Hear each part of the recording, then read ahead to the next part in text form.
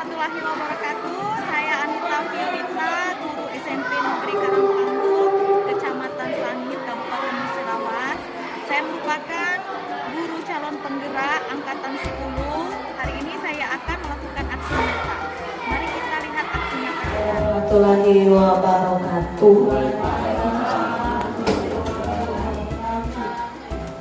Alhamdulillah pada hari ini saya bisa bersama-sama ingin menerapkan modul yang saya dapat atau mengimbaskan pelajaran yang saya dapat pada guru penggerak modul 1.4 tentang budaya positif. Sebelum saya memaparkan apa yang ada pada PPT saya terlebih dahulu ingin melemparkan pertanyaan kepada teman-teman. Menurut teman-teman, apa sih budaya positif? Ada yang bisa memberi pendapatnya?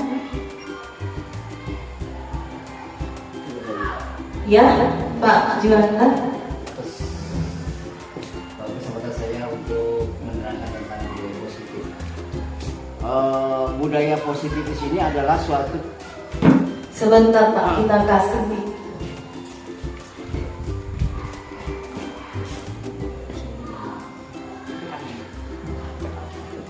Ya Pak, silakan. Baiklah, kalau menurut pendapat saya, budaya positif ini adalah suatu kegiatan yang positif yang bisa menghasilkan suatu program baru untuk kita, baik siswa maupun guru. Contohnya K13 yang sering kita pakai yaitu budaya positif. Kemudian kegiatan pramuka dan kegiatan bela diri seperti karate itu termasuk budaya positif. Sekian, terima kasih. Oh ya, terima kasih Pak Juanda. Ada yang lain untuk menambahkan Pak Juanda? Ya, silakan Bapak Emang. Apa sih budaya positif menurut Bapak Ibu guru?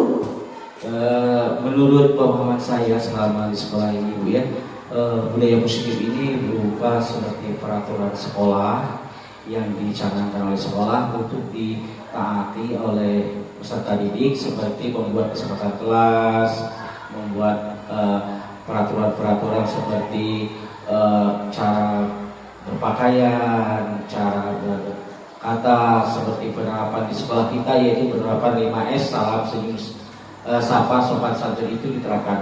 Saya kira seperti itu Bu. Iya, terima kasih Bapak Emang. Iya, budaya positif ini perlu sekali kita terapkan. Kenapa? Karena kita akan mendapatkan siswa kita yang berbudi luhur nantinya. Kemudian budaya positif tadi benar kata Pak Eman, itu bisa diterapkan di dalam kita mengajar di kelas dengan cara membuat keyakinan kelas. Oke teman-teman, sekarang saya akan menyampaikan tentang budaya positif.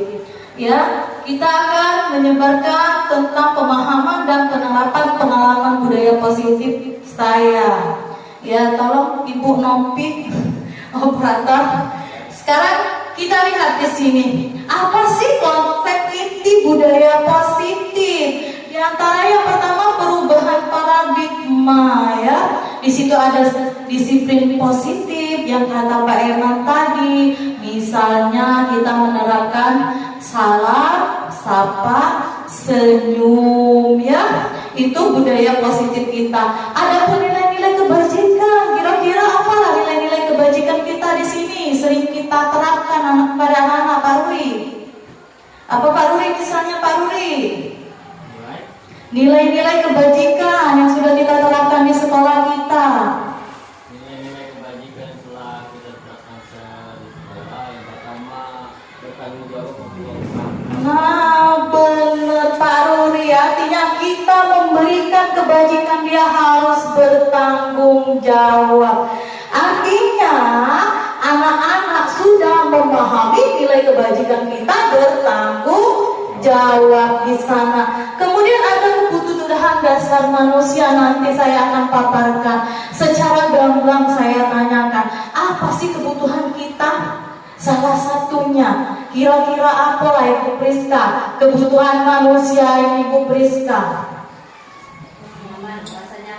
Nah iya, kalau tidak nyaman bekerja, kita tidak akan menghasilkan karya atau tidak bisa mengajar anak didik kita dengan tenang. Kita perlu kenyamanan, itu salah satunya. Untuk lebih mendalam akan saya paparkan pada PPT saya selanjutnya. Kemudian di sini ada apa lagi? Posisi kontrol guru. Kita ada posisi kontrol. Nanti saya akan jelaskan. Ya tadi di sini ada lagi berkaitan dengan keyakinan kelas yang Pak Eman katakan tadi ya. Keyakinan kelas ini dibuat bersama anak-anak di dalam kelas sesuai keinginan anak-anak di dalam kelas agar mereka bisa menjalani keyakinan yang mereka buat sendiri. Kemudian ada segitiga restitusi. Sebagai guru kita harus memahami posisi kontrol guru dan segitiga restitusi untuk menyelesaikan suatu masalah yang ada di dalam kelas kita atau permasalahan-permasalahan yang ada pada siswa-siswa kita. Jadi sekarang ya semenjak kita merdeka belajar, kita tidak boleh lagi menjudge murid itu bersalah. Artinya kita sebagai guru harus tahu kita sebagai apa di situ. Jangan langsung menyalahkan siswa. Makanya kita memakai di sini problem pemecahan masalah sebagai segitiga restitusi. Kita lanjut slide berikutnya. Kemudian di sini, tolong Ibu Novi, kita lanjutkan lagi. Kemudian ini ada pembelajaran dengan paradigma baru. Paradigma baru ini berkaitan dengan profil pelajar Pancasila. Ayo kita nyanyi profil Pancasila tuh. Ayo sama-sama yuk. Ya 1, 2, 3. Pelajar Pancasila beriman dan bertakwa pada Tuhan Yang Esa dan berakhlak mulia, berkebanekaan global, berbangsa yang mandiri, kreatif dan bernalar kritis. Nah itu ibu-ibu, kalau kita telah menerapkan profil Pancasila, insya Allah anak-anak kita ke depannya akan menjadi siswa yang beriman bertakwa, mempunyai pengetahuan yang kritis, bernalar kritis, ya, kreatif, inovatif, maka dia akan mencapai kebahagiaan yang setinggi-tingginya sesuai dengan bakat yang mereka miliki. Kemudian kita lanjutkan, itu pembelajaran dengan paradigma baru. Ini ada mikroversi tentang teori kontrol. Nah, di sini kalian lihat ada seorang guru dan seorang murid. Selama ini kalau kita guru mengontrol murid dengan paksaan. Sekarang ada teorinya kontrol di sini di Merdeka Belajar. Kemudian di sini ada apa katanya di situ? Guru mengontrol murid. Ada 4 ilusi di sini. Yang pertama ilusi guru mengontrol murid. Yang kedua ilusinya bahwa semua penguatan positif, apalagi itu? Silakan dilanjutkan Bapak Ruli. Semua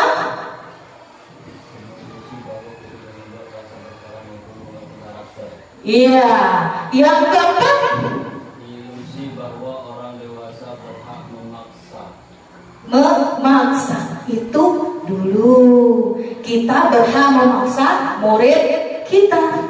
Tetapi pada pembelajaran teori kontrol sekarang kita berpihak kepada murid.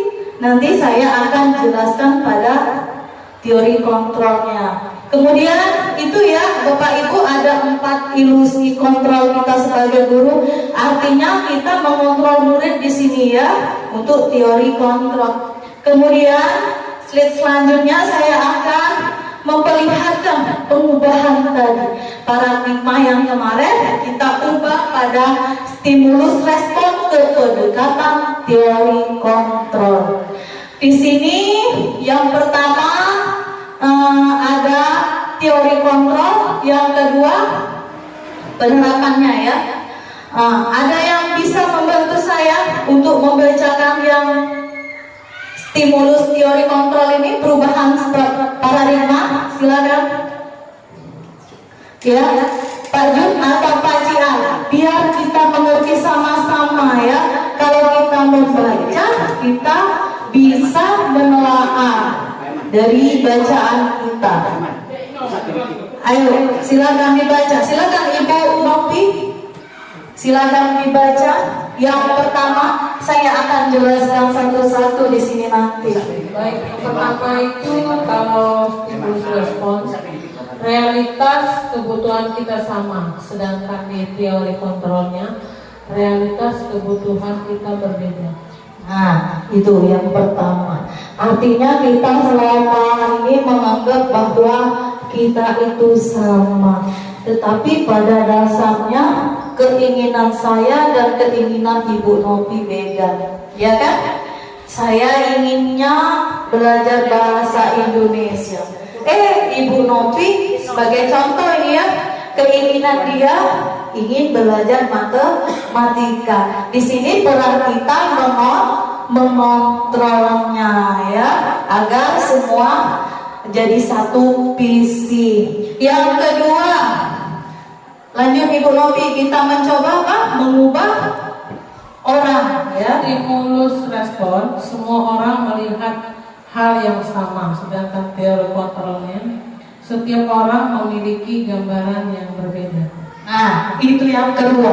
Artinya di sini kalau Ibu memandang Ibu Nopi relatif cantik, tetapi belum tentu Ibu Priska bilang Ibu Nopi cantik, ya kan? Karena setiap orang itu memandang suatu masalah dalam yang berbeda sesuai dengan yang ada di pikiran mereka masing-masing. Begitu juga dengan siswa kita di sini. Setiap siswa itu memiliki pemikiran yang berbeda-beda.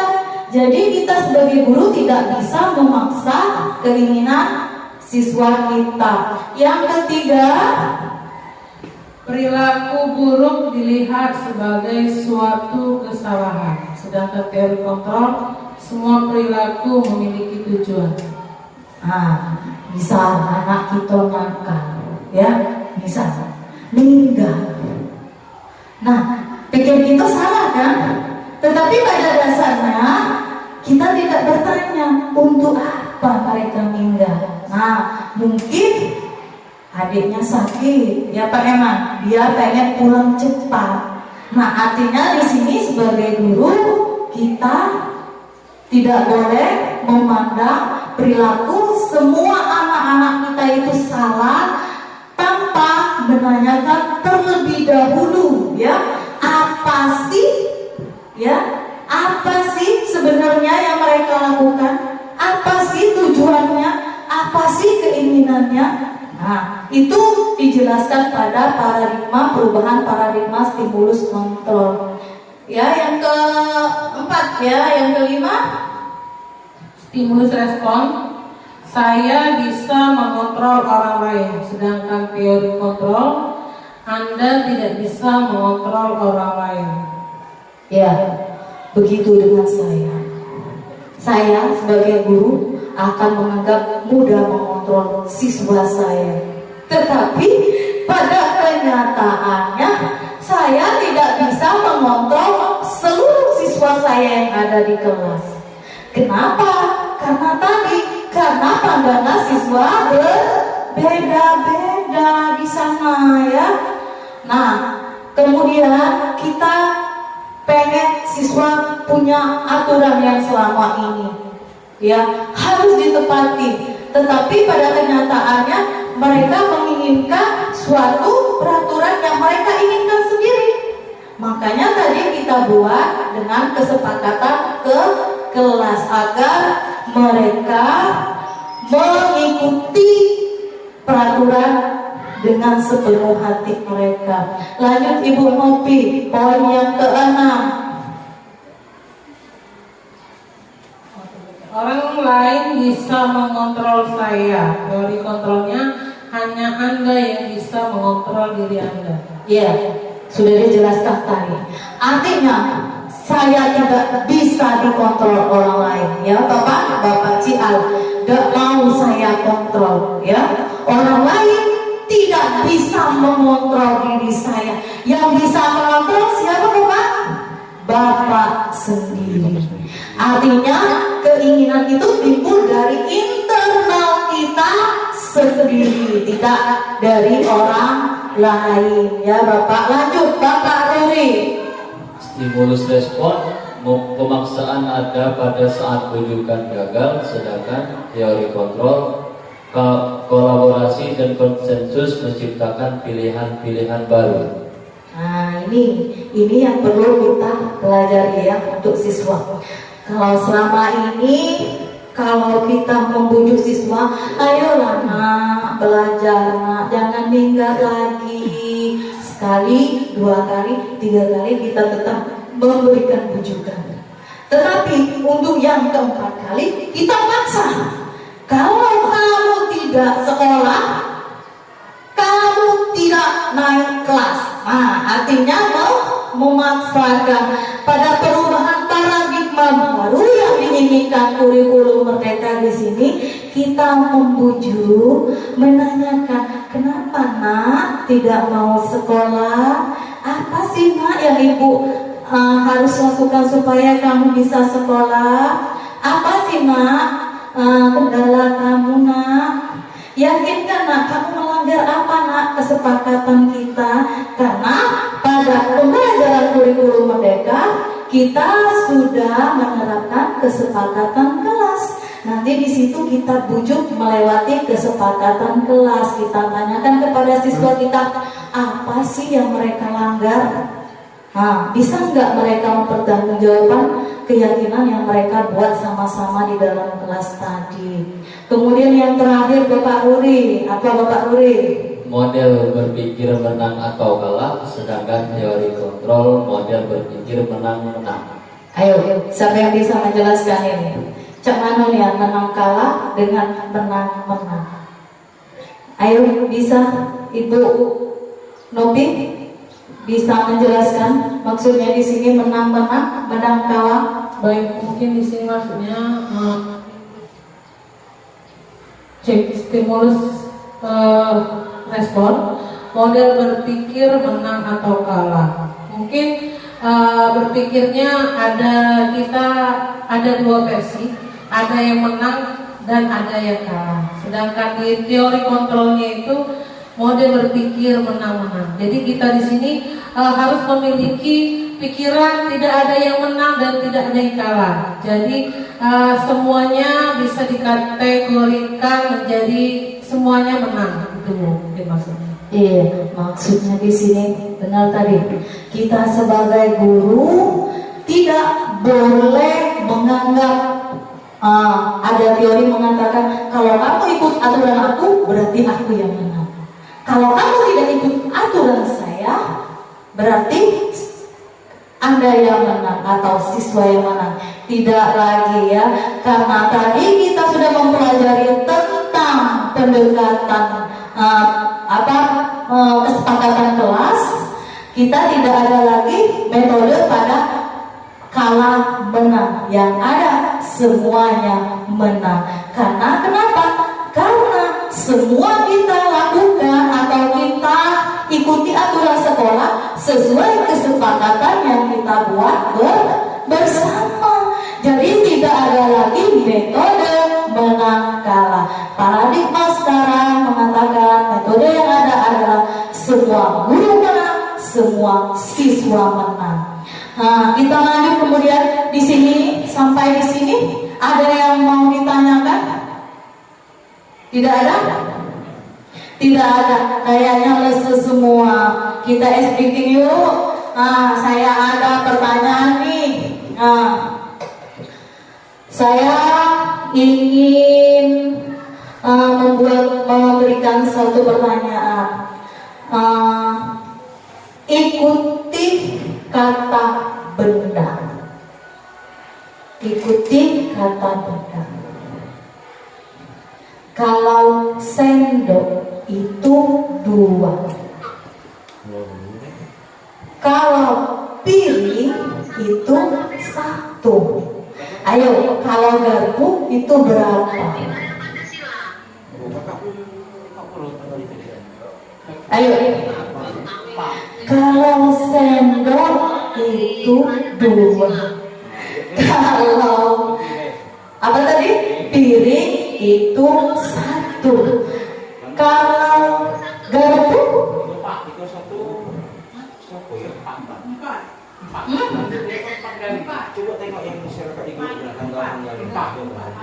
Garpu 4. Ada yang lain? 1. Pak Luri bisa jawab 1. Apa alasannya? Ayo.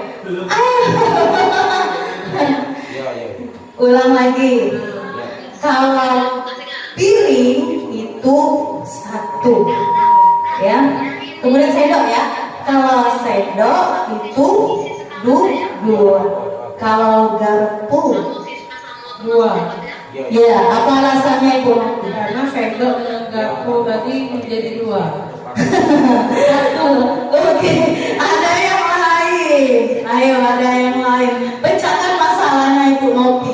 Ikuti kata benda. Cluenya ikuti kata benda. Saya ganti lagi nih. Misal, kalau Ruri, bentar. Kalau Lewi itu Ibu Lewi itu 1. Kalau Ibu Nopi itu juga 1, ya. Kalau Ibu Anita itu berapa? 1. Dari mana Pak? Kita setiap memecahkan clue itu SBB pasti ada alasan. Ayo. Ikuti kata benda. Cluenya ikuti kata benda. Kalau Ibu Lewi itu 1. Ibu Nopi itu 1. Kalau Ibu Anita berapa Pak Eman? 2. Bisa dijelaskan Ibu Nopi biar teman-temannya tahu. Kalau Ibu Lewi itu sudah 2 kata benda. Itu bukan kata Itu sudah 2 kalimat. Ya, Yang saya inginkan Ibu Novi, maaf di sini kata benda. Cluenya ikuti kata benda. Ya silakan. Ya. Ikuti kata benda. Ya. Ibu Lewi tadi tidak mudah. Sekarang contoh yang mudah ya. Kalau Ibu Lewi saya katakan 1. Kalau Ibu Nobi saya katakan 1. Kalau Ibu Anita itu berapa? 1. Ada ini ya Ibu. Kasih tanda yang lain dong. Kalau Ibu Dian itu berapa? Mbak Eman.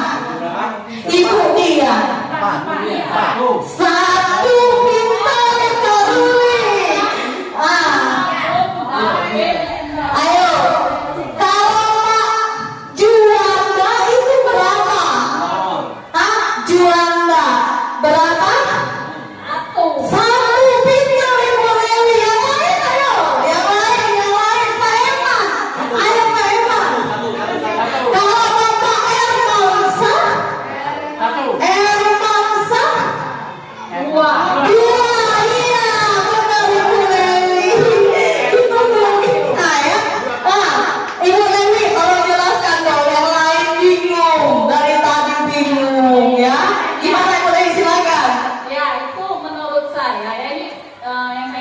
Kan tadi kan diikuti kata benda. Jadi huruf yang ada di benda ada yang disebutkan tadi ada berapa? Kalau A berarti dia hanya satu, I-nya satu, A dengan I berarti ada dua.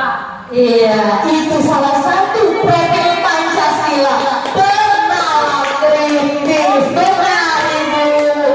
Iya, benar. Kasih aplaus dong sama Bu Lewi. Iya, kemudian Bu, kenapa tidak ada sinyal kita Bu? Sinyalnya nggak ada. Bentar ya. Nah, kalau tidak dikasih ini luar biasa. Kemudian slide selanjutnya kita sudah preskan otak kita. Tadi agak mayu-mayu setelah dikasih sedikit respon atau stimulus, kita bisa lanjut lagi ke slide berikutnya.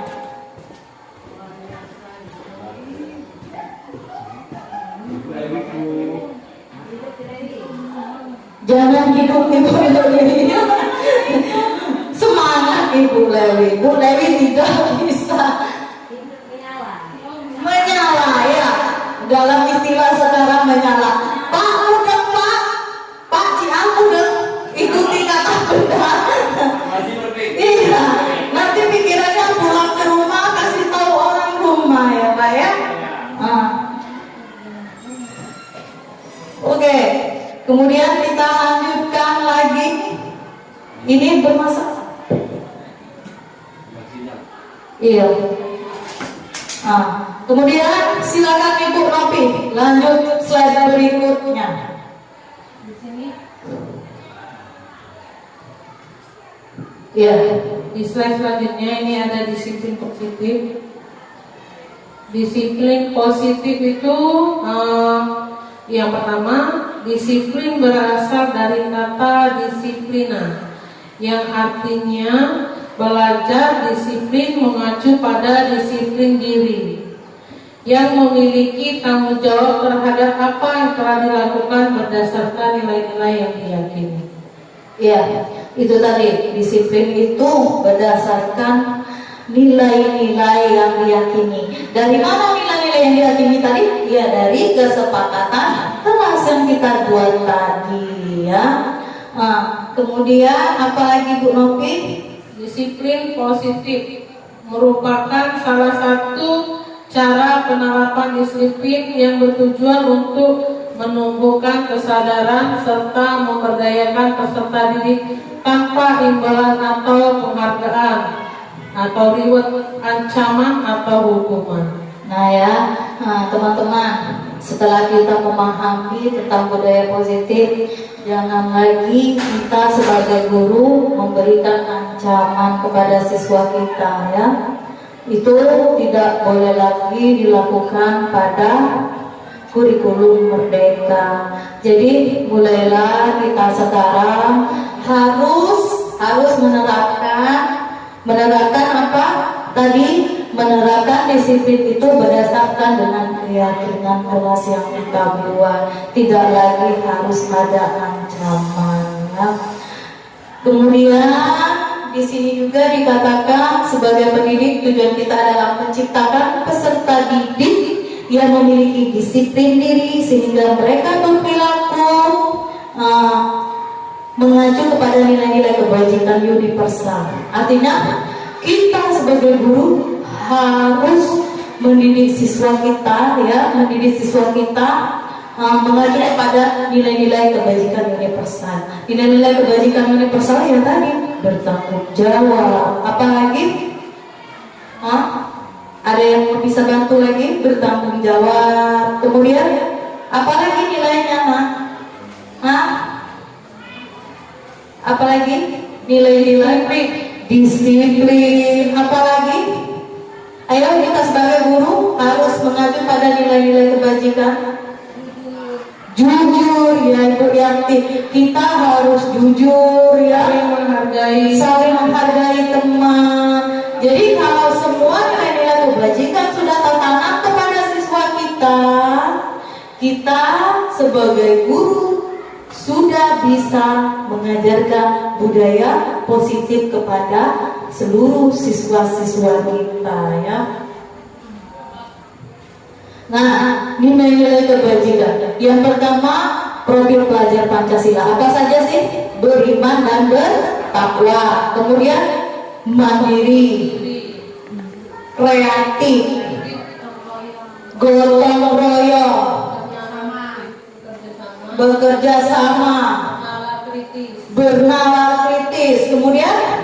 Kemudian ada lagi program PYP atau yang disebut dengan Ibu Primary Years, ya. Apa saja? Ada toleransi, kemudian toleransi, rasa hormat, integritas, itu pada PBBO. Kemudian yang ketiga, nilai kebajikan kita, keterampilan hidup atau life skill. Life skill ini harus dimiliki oleh seluruh siswa kita, ya. Dapat dipercaya, ya, lurus. Nah, itu ya nilai-nilai kebajikan kita. Lanjut slide berikutnya.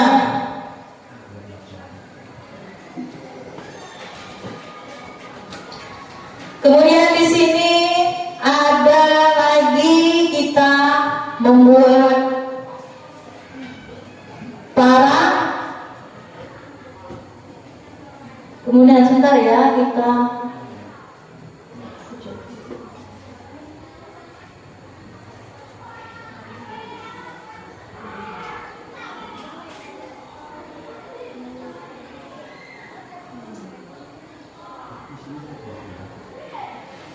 Ya sebentar ya, ada kendala sedikit tentang.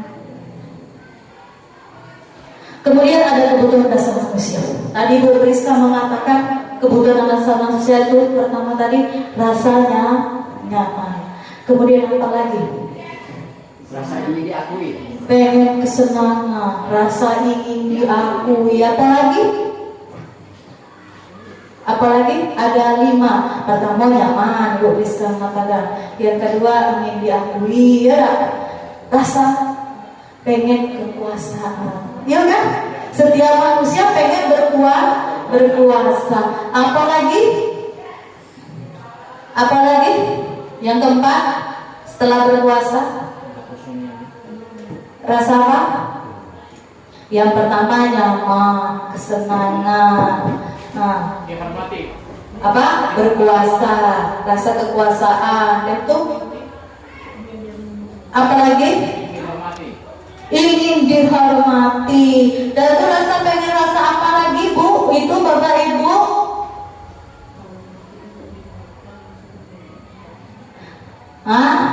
Rasa kalau kita di dunia ini yang pertama ingin bertahan hidup, ya. Ada rasa ingin bertahan hidup. Kalau kita di rumah, Bapak Ibu punya pasangan, anak kita di sekolah, butuh apa? Butuh kasih sayang. Siswa juga butuh kasih sayang, ya. Nah, itu 5 kebutuhan. Yang pertama kita bertahan hidup. Yang kedua kita butuh kasih sayang. Yang ketiga kita butuh penguasaan. Yang keempat kita butuh kesenangan. Yang kelima kita butuh kebebasan, ya. Kasih sayang tadi artinya kita kalau disayang itu kita merasa nyaman kan di situ kan. Nah, kemudian kebebasan. Artinya di sini kita sebagai guru jangan lagi mengekang siswa. Beri mereka kenyamanan, pengen belajarnya kayak apa, sesuai dengan kodrat mereka di sana, ya. Jangan mereka tidak memberi kenyamanan, dan kita sebagai guru memaksakan kehendak kita. Tidak ada lagi di zaman itu. Sekarang kita sudah paradigma kurikulum merdeka. Artinya kita sebagai seorang guru harus mengajar sesuai dengan kebutuhan murid kita, ya. Nah, itu tadi 5 kebutuhan manusia, dan murid kita sangat membutuhkan itu. Nah, ada motivasi perilaku manusia. Nah, yang pertama, yang pengen kita hindari ini apa yang pertama? Ketidaknyamanan. Kalau untuk siswa ya kan? Tidak nyamanannya dalam bentuk apa? Seperti kita guru memberikan hukuman pada siswa. Jadi guru kita ini siswa kita ini tidak merasa nyaman. Kemudian kira-kira apa lagi motivasi perilaku manusia ini? Kemudian apa? Untuk mendapat imbalan, kira-kira? Ya kan pasti. Kalau dulunya, kalau kita juara 1, kita dapat piagam, dapat reward sertifikat. Itu kan tujuan kita utama, kan? Kalau dulu, ya kan? Nah, kita sebagai guru tadi, kalau zaman sekarang jangan lagi memberikan reward, ya, jangan terlalu memberikan reward kepada siswa. Biarkan mereka belajar sesuai dengan kodrat mereka sendiri. Makanya di kurikulum mereka tidak ada anak yang juara, ya, yang ada sama-sama juara. Tadi semua anak itu mempunyai keunikannya sendiri, ya. Itu pada prinsip motivasi perilaku manusia. Kemudian apa sih yang mereka lakukan itu? Untuk apa? Untuk menjadi orang yang mereka inginkan. Biarlah mereka berkarya sesuai dengan kemampuannya, ya, yang nantinya mereka menjadi manusia yang merdeka sesuai dengan bakat dan minat dan potensi yang mereka miliki sendiri, ya Bapak Ibu. Itu. Kemudian kita lanjut lagi pada set selanjutnya. Di sini ada hukuman, kemudian ada konsekuensi, kemudian kita selesaikan secara restitusi segitiga, ya. Nah, di sini ada hukuman. Tindaknya kira-kira kalau hukuman itu kita rencanakan enggak? Kalau hukuman kita rencanakan enggak? Kita rencanakan. Tengoklah, lihatlah yo, kalau dia tidak mengerjakan tugas, direncanakan tidak dalam hati?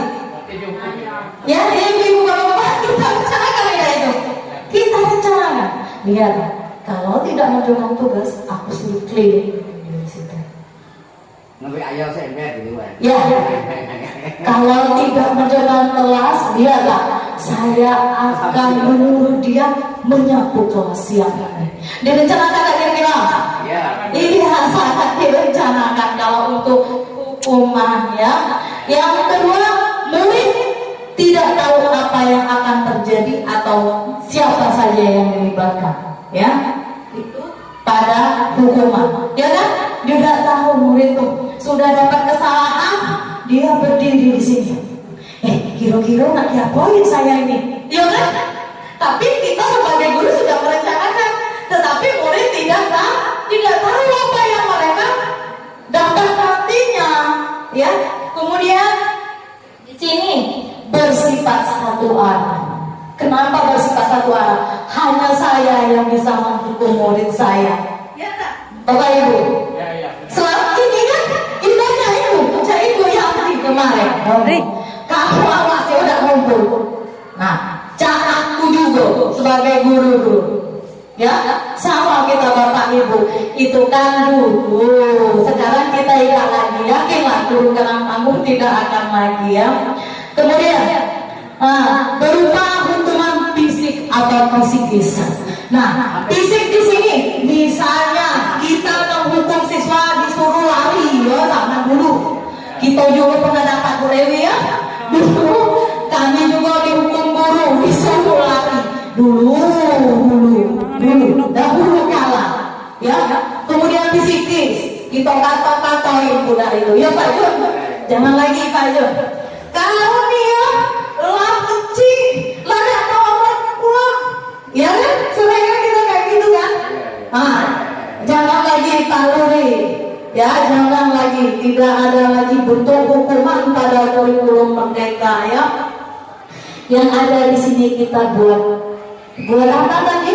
Buat konsekuensi. Artinya dengan kesepakatan kelas yang kita buat bersama-sama. Kalau kesepakatan kelas kira-kira terencana apa tidak?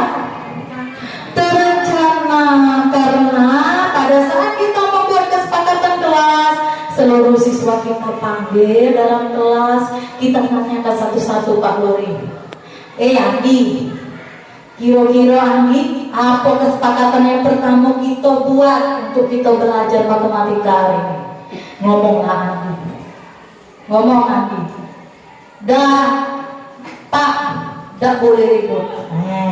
Tapi ingat Pak Luri, kalau tidak boleh ribut, tidak boleh digunakan pada kesepakatan kelas, karena tidak berkata-kata nilai positif ya Pak Eman ya. Kita ganti kata-katanya yang cantik Pak Luri, menciptakan suasana kelas yang nyaman. Nah, ngerti kan? Artinya tidak boleh ribut, tetapi kalau kita mengerjakan disiplin positif, kita menerapkan budaya disiplin positif pada keyakinan kelas, tidak boleh ada kata-kata yang tidak positif. Artinya tidak boleh mengatakan jangan di situ. Misal apa Pak Jun? Pak Jun pengen menerapkan apa Pak Jun? Kalau aku jadi guru Pak Jun, apa Pak Jun? Kalau aku pengen jadi gurunya Pak Jun apa? Misalnya aku guru matematika Pak Jun. Pak Jun, yang pertama Pak Rudi tadi mengatakan menciptakan suasana kelas yang nyaman. Pak Jun, kira-kira apa Pak Jun kesepakatannya? Menciptakan suasana yang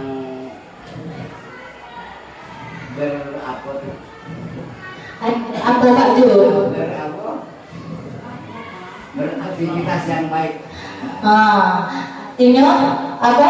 Suasana kelas yang kondusif itu sama dengan aman juga ya. Apa maksudnya? Maksudnya tadi coba ulangi Pak Jun. Menciptakan kelas yang kondusif dan baik. Kondusif dan baik. Sama dengan Bapak Ruri tadi ya. Nah itu mungkin tetap dibuat nyaman. Kenapa Ruri tetap nyaman? Karena tadi bisa Pak Jun, tadi aku angkatan sama Pak Jun. Apa tadi Pak Jun? Menciptakan suasana kelas yang kondusif. Teng-teng hari Senin Pak Jun datang lagu sama Ibu Priska. Kira-kira Pak Jun, Ibu Priska misalnya lagi nyapu kelas ya Pak Jun. Pak Jun datang nyempai gagang Bu Priska. Bu Priska ada terima Pak Jun. Bagaimana kamu berdua Pak Jun? Kira-kira Pak Jun, Pak Jun merasa bersalah dari situ. Bersalah. Apa alasannya? Alasannya Pak Jun tidak dendol Bu Priska. Kok dendol? Kok dendol Pak Jun? Iya di sini Pak Jun lucu ya. Pak Jun ya, maksudnya di sini Pak Jun sudah melanggar kesepakatan kelas Pak Jun. Pak Jun tadi mengatakan pertama menciptakan kondisi kelas yang kondusif. Tiba-tiba Pak Jun ngajak Bu Priska belago menciptakan kondusif kan Pak Jun? Tidak. Merasa bersalah? Merasa. Kenapa merasa bersalah? Karena menyepak sampah-sampah di kelas. Karena melanggar kesepakatan Pak Jun. Kesepakatan dengan aku tadi Pak Jun. Saya sebagai guru Pak Jun langgar. Artinya saya tidak marah lagi dengan Pak Jun, cuma menanyakan apa Pak Jun kesalahan Pak Jun? Ya Pak Jun jawab, karena tadi Bu saya ngasih kesepakatan kelas menjaga kondusif kelas Bu, tapi karena hari ini saya tadi usaha dengan Priska Bu, jadi saya melanggar kesepakatan kelas. Saya marah gak Pak Jun? Tidak kan Pak Jun?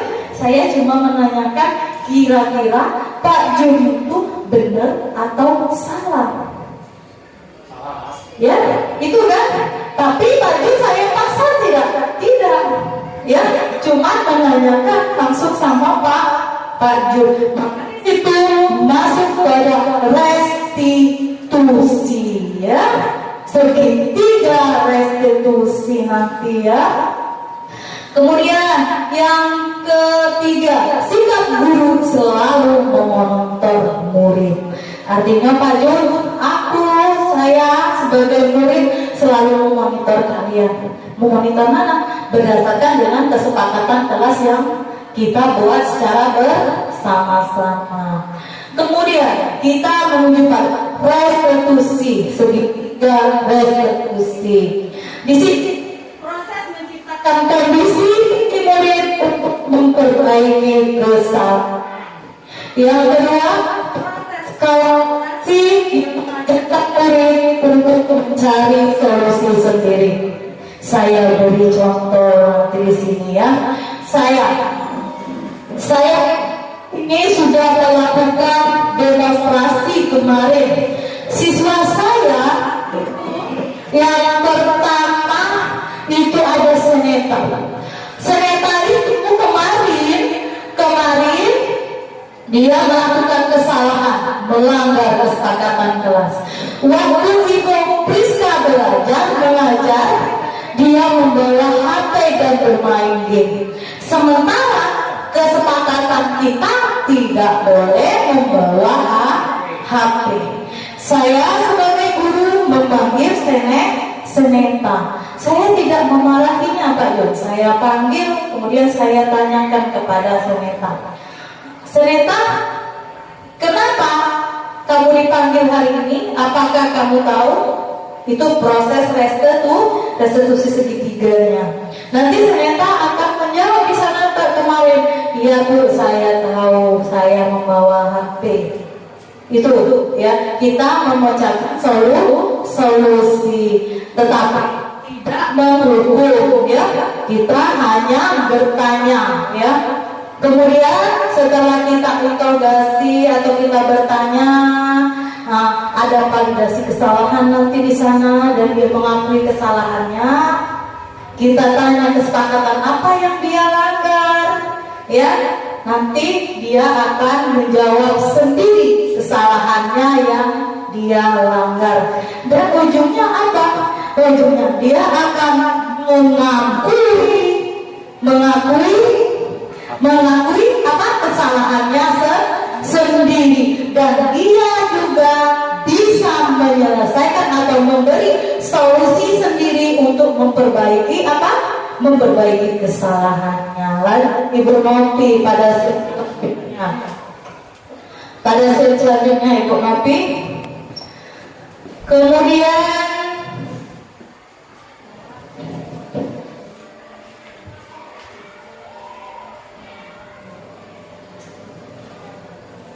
waduh, bermasalah lagi.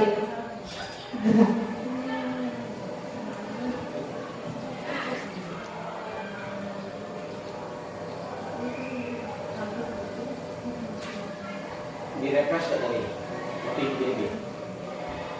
Iya, 5 sisi kontrol. Sekarang ada 5 sisi kontrol kita sebagai guru. Ingat Bapak Ibu.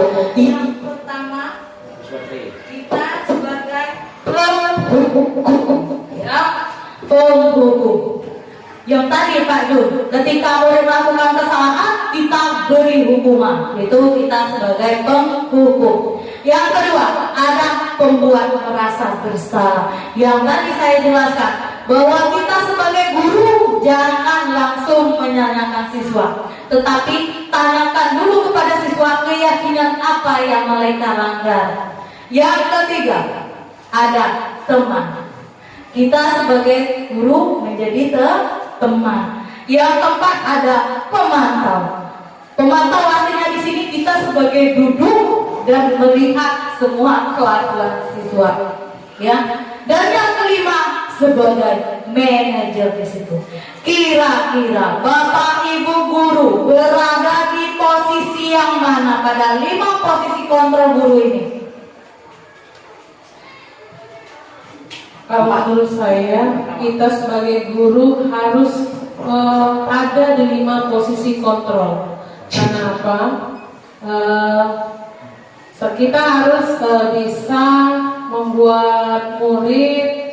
Yang pertama itu mungkin menghukum dalam artian tidak menghukum secara benar atau fisik. Yang kedua mungkin kita harus membuat merasa bersalah karena kita tidak ingin anak melakukan kesalahan yang sama.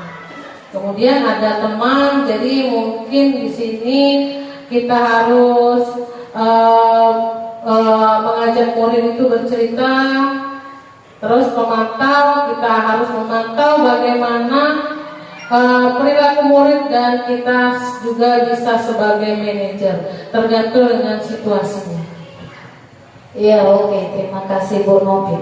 Di sini di posisi kontrol guru, yang pertama kali yang harus kita lakukan adalah kita sebagai manajer nanti ya. Kita sebagai manajer, jadi kita tidak boleh hanya menghukum siswa ya. Kalau kita tidak tahu atau menanyakan terlebih dahulu kenapa alasannya melakukan kesalahan ya. Nah, jadi kalau manajer di sini kita harus ya menanyakan dulu kepada siswa pada tahap membuat merasa bersalah di sana ya. Kenapa? Karena melanggar apa? Melanggar kesepakatan kelas. Kemudian lanjut ke slide berikutnya Ibu Novi. Nah, ini ada contoh penerapan 5 posisi kontrol guru. Hormat pada bendera selama 1 jam acara. Pegal maksudnya. Itu kan zaman dahulu, ya kan? Kalau zaman sekarang tidak berlaku lagi. Nah, ini maksudnya contoh hukuman kita zaman dahulu kala ya. Nah, yang kedua, pembuat merasa bersalah. Kita ngomong sama Peman, berapa kali Peman melakukan kesalahan itu? Berarti kali kan ingat?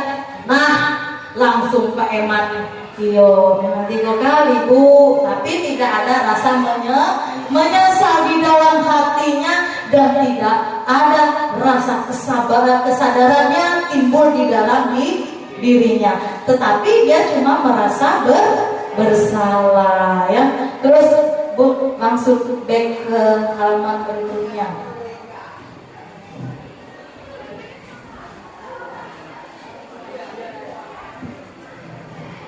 Ya, contoh penerapan yang kelima ya Bu, ketiga sebagai manajer. Apakah tahu kamu kesalahanmu yang tadi saya katakan? Kita kan sudah melakukan kesepakatan kelas nih. Nah, pada kesepakatan kelas kedua kita sebagai manajer artinya menerapkan apa yang kita tulis bersama-sama kepada siswa tadi kepada siswa yang menuliskan kalau dia melakukan kesalahan di sana. Artinya kita sebagai manajer mengingatkan kembali, ayo nak, yang kamu tulis tidak itu, giat belajar, giat datang ke sekolah. Nah, itu harus diterapkan. Kalau kamu tidak melakukannya, artinya melanggar kesepakatan. Jadi di sini tidak ada hukuman, tidak ada membuat rasa bersalah di sininya, tetapi sadar dari diri sendiri atas kesalahan yang dia lakukan. Baik lagi Bu Novi, halaman selanjutnya. Nah, ini posisi kontrol apakah aku? Kira-kira Bapak Ruli, pernah gak Bapak Ruli mengatakan, saya kecewa sekali dengan kamu? Pernah, tapi dulu Pak Ruli ya itu tapi dulu ya. Jangan lagi Pak Ruli. Kemudian Bu Novi, posisi kontrol apakah aku? Ya. Kemudian kamu tidak pernah benar melakukannya. Pernah gak ngasih hukuman itu? Merasa bersalah kan itu kan? Membuat merasa bersalah. Boleh gak kira-kira Pak Eman? Tidak boleh. Ya tadi kan kita sebagai manajer kan? Kemudian lagi, apa rencanamu untuk menyelesaikan masalah ini? Boleh tak? Boleh. Tadi kesepakatan kelas manajer. Kita sebagai manajer ini yang saya inginkan dari Bapak Ibu guru sekarang ya. Tidak ada lagi membuat salah, memberi hukuman. Yang kita lakukan sekarang sebagai manajer ya. Lagi back Ibu Novi. Nah, ini mengajak ya. Ayolah lakukan demi Bapak Ibu. Boleh tak? Tidak boleh, karena tidak dari kesadaran hatinya sendiri, dari dalam dirinya sendiri. Artinya di sini memaksakan kehendak secara tidak langsung ya kan kita tolong, tetapi harus dilakukan siswa. Ya. Nah, ini sebagai posisi teman ya, tidak boleh karena kita guru harus sebagai manajer tadi ya, memberikan batasan guru dan siswa. Kemudian lagi baik, kamu tidak pernah mendapat nilai jika tidak mengerjakan tugas. Kira-kira boleh gak kita guru ngomong cek ini? Boleh tahu. Hah? Boleh gak kira-kira buat Ruri? Bu Dia, boleh gak kita Bu Dia ngomong cek itu sama siswa? Boleh. Boleh. Kenapa? Karena memperingati siswa agar dia tahu dia salah. Iya benar, sebagai konsekuensi yang Ibu Novi katakan, kalau kita mengerjakan tugas otomatis kita mendapat nilai. Kalau kita tidak mengerjakan tugas, dari mana kalau Ibu ngasih nilai nak? Iya kan? Itu sebagai konsekuensi. Lanjut. Kita buat keyakinan kelas tadi. Mengapa harus ada keyakinan kelas? Ada yang bisa menjawab? Pak Herman, Bu Novi, lagi semangat Ibu Novi. Karena kalau peraturan itu, mengapa keyakinan kelas? Mengapa bukan peraturan kelas? Kalau peraturan itu kita buat sendiri, sedangkan keyakinan kelas itu kita buat bersama-sama. Iya benar sekali Bu Novi. Kalau aturan itu cuma kita yang buat sebagai guru, ya kan? Siswa-siswi hari Senin harus pakai nasi, ya kan? Tanpa menanyakan kepada siswa-siswi kita. Kalau keyakinan kelas ini dibuat secara bersama-sama. Ya, terus Bu Novi lanjut. Nah, pembentukan keyakinan kelas yang pertama bersifat abstrak, ya, bersifat abstrak. Yang kedua berupa pernyataan universal. Tadi jangan kata jangan, harus kata positif. Universal itu kebajikan, ya. Misalnya tadi menciptakan kondisi kelas yang nyaman, ya. Ada kebajikan, bertanggung jawab. Kan ketemu nilai kebajikan di sana, ya. Kemudian ada lagi dibuat dalam pernyataan positif, ya. Jangan gunakan kata jangan, harus positif, ya. Bertanggung jawab, ya, itu ya. Kemudian sesuai dengan koordinasi kelas, artinya sama-sama setiap murid itu kita tanyakan apa sih yang mereka inginkan. Kalau kira-kira Bapak Uri sama Bu Yanti sama, jadi satu saja yang kita tulis di dalam keyakinan ke kelasnya. Kemudian semua warga sekolah atau warga kelas diikutkan saat membuat keyakinan kelas. Itu ya, itu cara membuat keyakinan kelas. Baik, lagi langsung Ibu Novi untuk slide selanjutnya. Segitiga restitusi. Nah, tahap segitiga apa saja? Yang pertama, Bapak Ibu, apa sih maksudnya? Ya, Validasi tindakan yang salah, ya. terus menanyakan keyakinan, Ya, yang terakhir menstabilitaskan identitas.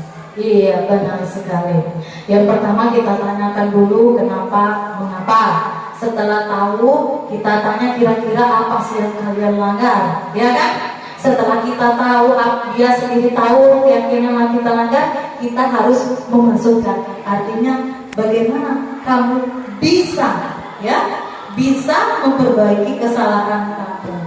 Nanti siswa akan menjawabnya ya. Itu ada segitiga resolusinya. Kemudian terus Bu, langsung lanjut yang ke slide berikutnya. Menstabilkan identitas tadi berdasarkan prinsip. Yang kedua, tindakan tadi yang salah. Salahnya di mana? Ya kan? Terus yang lanjut lagi yang selanjutnya ada menanyakan keyakinan. Apa sih yang kalian langgar? Misalnya tadi bolos, berarti apa yang dilanggar keyakinannya? Rajin belajar di sekolah tadi kan?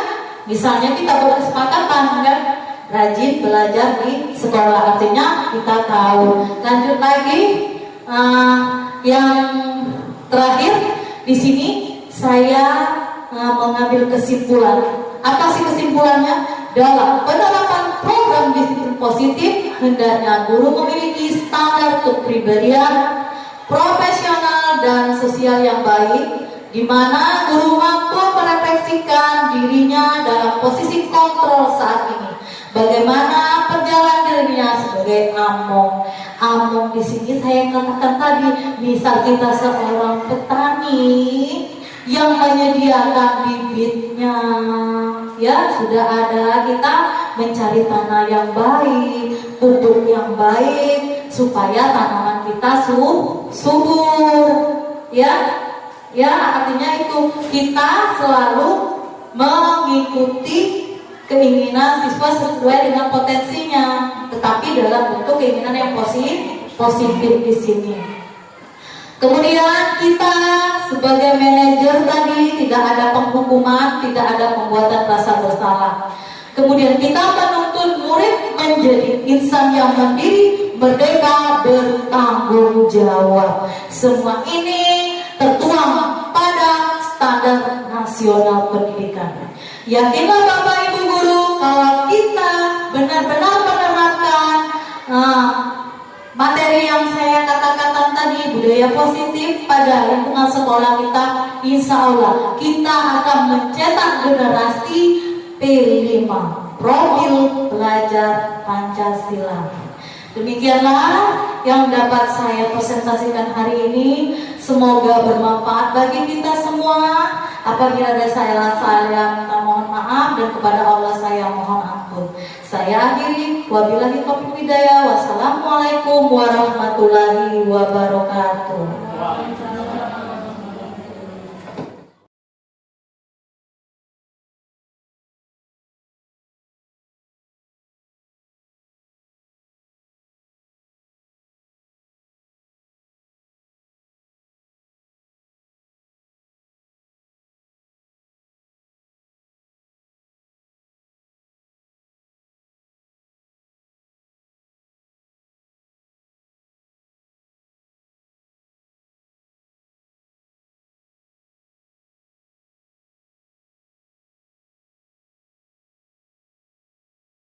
Warahmatullahi wabarakatuh. Nama saya Bintang Mutiara, kelas 81 dari SMP Negeri Karangpanggung. Menurut saya, setelah adanya keyakinan kelas lebih terasa nyaman, damai, tentram, bersih. Teman-teman tidak saling mengganggu, tidak suka ribut, sering mengumpulkan tugas, dan guru menyatakan materi secara jelas. Dan kami menjadi lebih semangat dalam proses belajar membaca. Itulah yang saya rasakan setelah adanya keyakinan kelas. Sekian, terima kasih. Wassalamualaikum warahmatullahi wabarakatuh. Waalaikumsalam warahmatullahi wabarakatuh.